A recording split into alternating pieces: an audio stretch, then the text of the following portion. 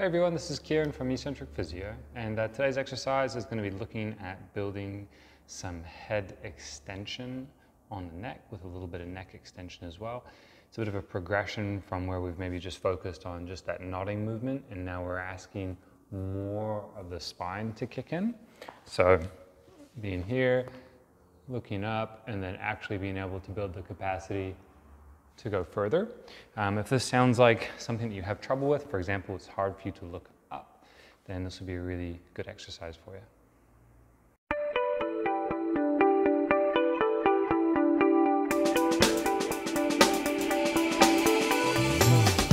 When we're thinking about extension of the spine, we need to remember that there's a lot of potential muscles, and the ability to isolate these individual muscles is near impossible. But what we can do is try to bias certain movements when we're trying to relearn them. But because there's so many muscles and there's so many spinal segments with varying degrees of contribution to extension, so each of them helps out a little bit, that if you really had an injury somewhere that blocked or restricted your movement through that healing process, and then maybe you didn't relearn how to move that area of your spine, or maybe your spine's braced because of some other peripheral injury and you've had to move a bit differently, it can be hard to relearn those movements because there's so many potential ways for you to move around it. So considering that a lot of these muscles are basically parallel train tracks to each other, some of them will sort of curve off a little bit and attach onto the ribs. Some will be attached closer to the spine on those vertebrae, through, say, the spinous processes, which are quite central, or the transverse processes, which are a little bit more out to the side. So, like I said, we can bias little things a little bit, but everything's sort of kicking in anyway. But what we need to think about with extension up in the neck or head area is that we talked about in one of our earlier videos how the head has a potential for nodding and movement and extension and flexion, and that can be independent of the spine. So what it means is that there's some muscles that extend just the spine, and then there's some muscles that extend the head onto the spine, but also can contribute to further spinal extension. So we're going to see if we can bias some of that in this exercise. So you would have already done an exercise we had for AO extension or atlanto-occipital extension, or the very top joint. So there's just different names for it. Other muscles that can sort of kick into this area and help out are like longissimus capitis, semispinalis capitis, upper trap to some degree, depending on what compensations you're doing. Capitis being that it attaches to the head, right? And then lots of other little ones as well. So what we want to think about is our ability for our head to do this movement and to limit a ton of extension into the spine. Now, some of these goes right down, well into the thoracic, T4, T7. So that's kind of between our shoulder blades. So if we see some extension there, that's okay. But we're going to make sure that the head is extended at the same time, okay? One of the ways we're going to ask the upper trap to be busy doing something else, because its primary job is scapular movement, particularly in that kind of frontal plane. I'm more interested in that ability than I am its ability to assist with extending the head, which might look like a shoulder elevation and extension up here. It's an ability, but I think a lot of us train it enough anyway.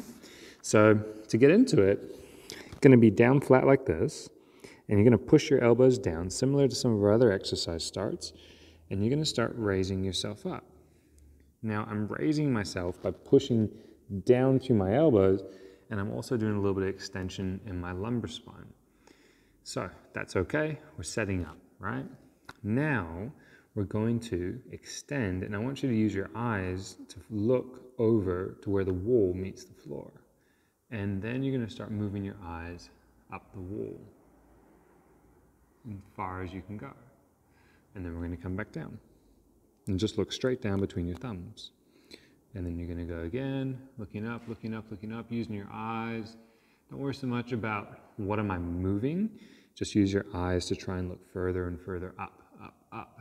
Find something that you look at each time, and then come back down and try to keep going to that same point. It'd be like you're doing a bicep curl, right? And eventually you fatigue and you can't lift that you can't lift that weight as high because the bicep's fatigued. I'm doing a similar thing here where I'm just looking, looking, looking, And how many reps can I do before I feel some fatigue? Keeping that pressure through the elbows, so I'm pushing down. It's giving me a nice stable platform to move from. I'm not letting myself sink into here. You see my movement's a lot less. That upper trap's potential to extend is on the head and not so much through that spine as well. Whereas if I push away and protract through the shoulder blades, I can get a little bit further, okay? So are we extending the spine? Yes, but I'm interested in the head extending mostly on the spine. How far can I go? And then come back down. Now, if that's a bit hard for you to come up, what you can do is just start low, push down with the elbows still, and come up a little bit. And this might take some of the lumbar spine out of it a little bit, being just here, and then do the same thing. Eyes, and going up and down. Very similar. The main difference here is you're just asking less of the shoulder girdle and your abdominal muscles. By being up higher, other muscles have to do more work to create a stable platform for your head to move on. So it's not necessarily that one is worse or better, they're just kind of progressions of each other. So give this exercise a go, be conservative to start with. Better to set a timer and maybe 20 seconds or so, and just work on the movement of following something with your eyes instead of trying to count reps, because that cognitive task will just distract you a bit from what's going on. Again, be conservative with this. If you get a little bit of flare-up, be mindful of what that flare-up means. If, always with these areas, get some guidance around a local therapist or your doctor, just to see if, some of these exercises are appropriate in terms of safety. And as long as you're given the green light to be safe to doing neck-related strengthening exercises, then carry on and continue and use some of our progressions. If you like this video, then please hit like below. Otherwise, to check out more of our content in the future, you can subscribe to our channel by clicking our logo over here. And to check out our latest video, click up here.